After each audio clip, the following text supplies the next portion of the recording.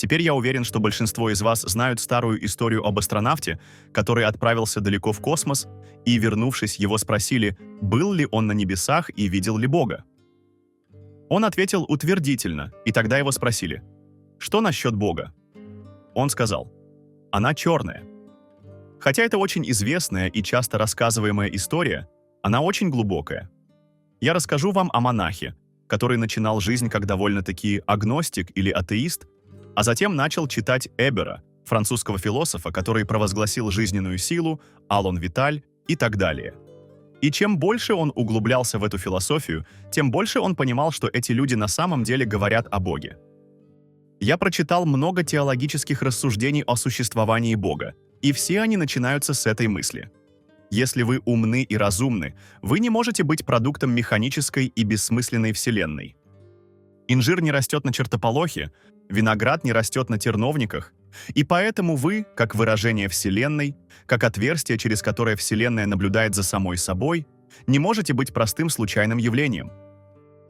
Если этот мир, как дерево, приносит плоды, тогда сама вселенная, энергия, которая лежит в ее основе, то, о чем все это, основание бытия, как назвал это Павел Тик, должно быть разумным.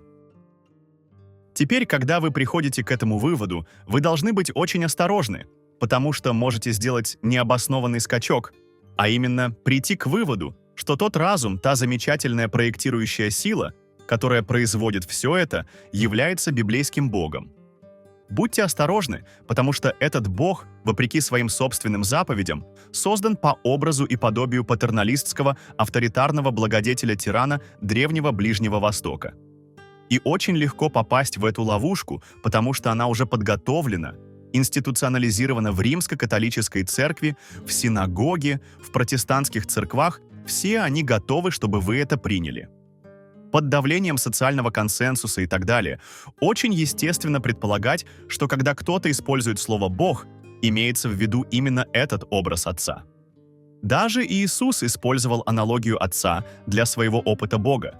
Ему пришлось это сделать, потому что в его культуре не было другого доступного образа.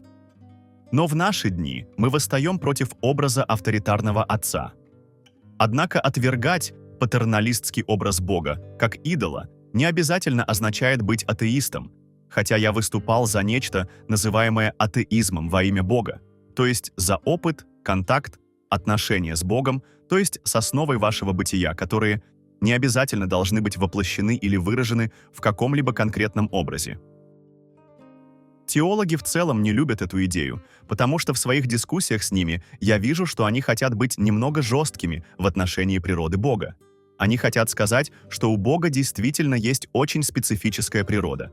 Этический монизм означает, что управляющая сила этой вселенной имеет некоторые крайне определенные мнения и правила, которым должны соответствовать наши умы и действия. И если вы не будете осторожны, вы пойдете против основного направления вселенной и будете наказаны.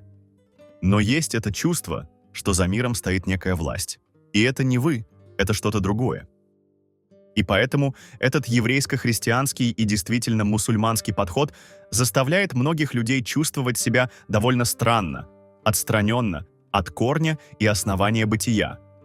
Есть много людей, которые никогда не взрослеют и всегда в восхищении перед образом дедушки. Теперь я дедушка. У меня 5 внуков, и я больше не испытываю трепета перед дедушками. Я знаю, что я так же глуп, как и мои собственные дедушки, и поэтому не собираюсь поклоняться образу Бога с длинной белой бородой. Естественно, мы, умные люди, не верим в такого Бога совсем. Мы считаем, что Бог — это дух, что Бог очень неопределим и бесконечен, и все в этом роде. Но тем не менее, образы Бога оказывают гораздо более мощное влияние на наши эмоции, чем наши идеи. И когда люди читают Библию и поют гимны, древний дней, кто на троне в славе, бессмертный, невидимый, мудрый Бог и свет недоступный, скрытый от наших глаз, они все равно представляют себе этого человека с бородой, который где-то в глубине их эмоций. Поэтому нам следует сначала думать о противоположной образности, а противоположная образность — это она черная. Представьте вместо Бога Отца Бога Матерь. Во-первых, она женская, представляет то, что философски называется отрицательным принципом. Конечно, люди, которые являются женщинами в нашей культуре сегодня и верят в феминизм, не хотят ассоциироваться с отрицательным, потому что отрицательное приобрело очень плохие коннотации. Мы говорим: акцентируйте положительное, это чисто мужская шовинистская позиция. Как вы можете знать, что вы выдающийся, если не в контрасте с чем-то не выдающимся? Вы не можете оценить выпуклое без вогнутого. Вы не можете оценить твердое без мягкого, и поэтому так называемая негативность женского принципа очевидно является жизнетворной и очень важной. Но мы живем в культуре, которая этого не замечает. Вы видите картину, рисунок птицы, и не замечаете белую бумагу под ней. Вы видите напечатанную книгу и думаете, что важно именно печатание, а страница не имеет значения. Но если вы пересмотрите всю ситуацию, как может быть видимая печать без страницы, которая находится под ней? То, что называется субстанцией, то, что стоит под чем-то. Быть субстанциальным значит быть основой, поддержкой, фундаментом мира. И, конечно, это великая функция женского – быть субстанцией. Поэтому женское представлено пространством, которое, конечно, черное ночью. Но если бы не черное и пустое пространство, не было бы никакой возможности видеть звезды. Звезды сияют из пространства, и астрономы начинают осознавать, что звезды — это функция пространства. Это сложно для нашего здравого смысла, потому что мы думаем, что пространство — это просто инертная пустота.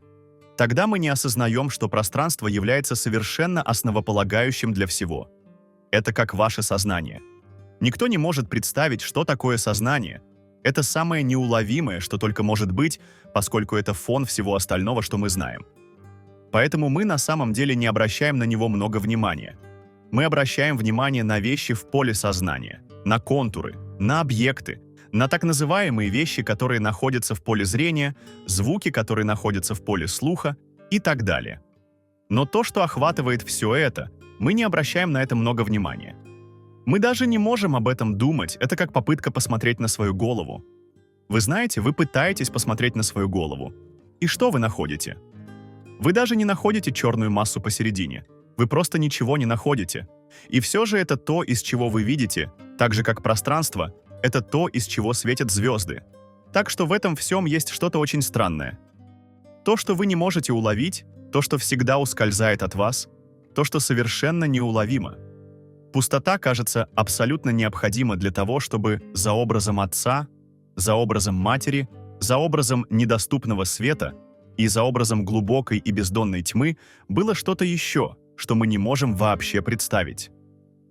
Дионисий Ареопагит называл это светлой тьмой, Нагарджуна называл это пустотой, Шанкара называл это брахманом, тем, о чем нельзя ничего сказать, за пределами всякого понимания.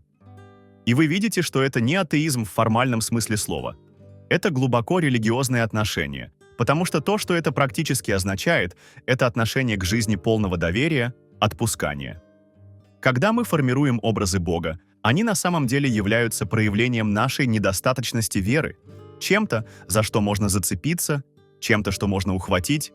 Но когда мы не пытаемся ухватить это, у нас возникает отношение веры.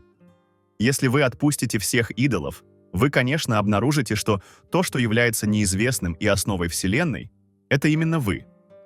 Это не тот вы, которым вы думаете, что являетесь. Нет, это не ваше мнение о себе, не ваша идея или образ себя, не хроническое чувство мышечного напряжения, которое мы обычно называем «я». Вы не можете этого ухватить, и, конечно, зачем вам это нужно? Предположим, вы могли бы это сделать, что бы вы с этим сделали, и кто бы другой что-то смог с этим сделать. Вы никогда не сможете этого достичь. Так существует эта глубокая центральная тайна, и отношение веры заключается в том, чтобы прекратить гоняться за этим, прекратить хватать это, потому что если это произойдет, за этим последуют самые удивительные вещи. Все эти идеи о духовном, о божественном, как о необходимости, в конечном счете свелись к тому, что мы были подчинены законам, которым обязаны следовать. Все это не единственный способ быть религиозным и относиться к невыразимой тайне, которая лежит в основе нас самих и мира.